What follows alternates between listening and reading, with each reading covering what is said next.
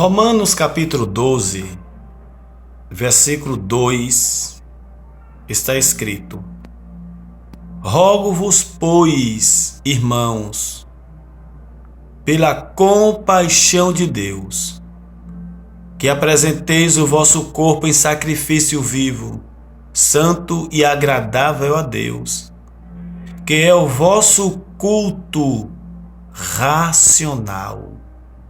Parte 2. É desejo de Deus que ofereçamos a Ele um culto racional. Como falamos no vídeo anterior, o culto racional não se resume só a ir a cultuar na igreja. Não. O culto racional é a sua vida, é o seu testemunho. O culto racional é uma consciência, é um despertar de consciência para os benefícios que Deus fez na sua vida. No Salmo 116, versículo 12, o salmista ele disse: que darei eu ao Senhor por todos os benefícios que Ele me tem feito?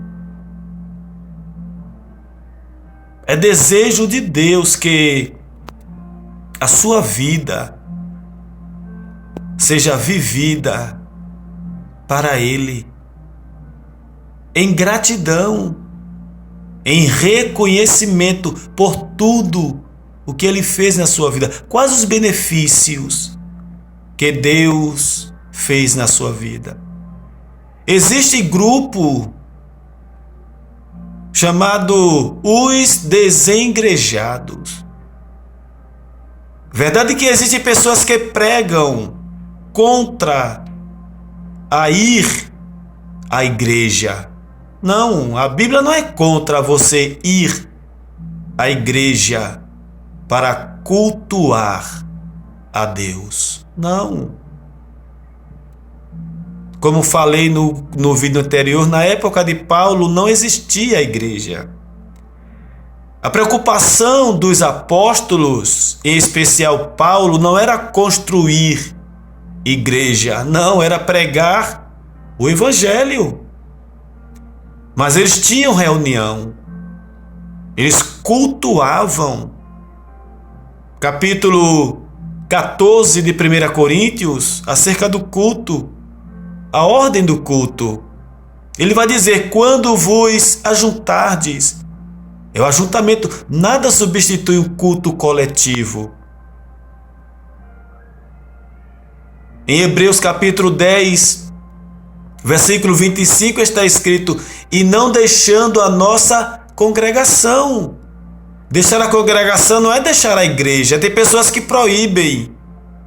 Existem lugares que se criam regras, que se criam normas, onde as pessoas são proibidas de ir a outra igreja porque não faz parte, não é da mesma placa. Isto é doutrina de homens, é ensinamento humano. Jesus nunca ensinou isto. Quando a Bíblia diz não deixando a nossa congregação, ela está dizendo que não podemos deixar de nos ajuntar, que não podemos deixar de nos reunir, de cultuar. Mas não importa o lugar, não importa a placa, não importa a quantidade. O importante é oferecer a Deus um culto racional. A igreja de tijolo, a igreja de placa, não foi Jesus quem instituiu. Não foi Jesus quem fundou, não.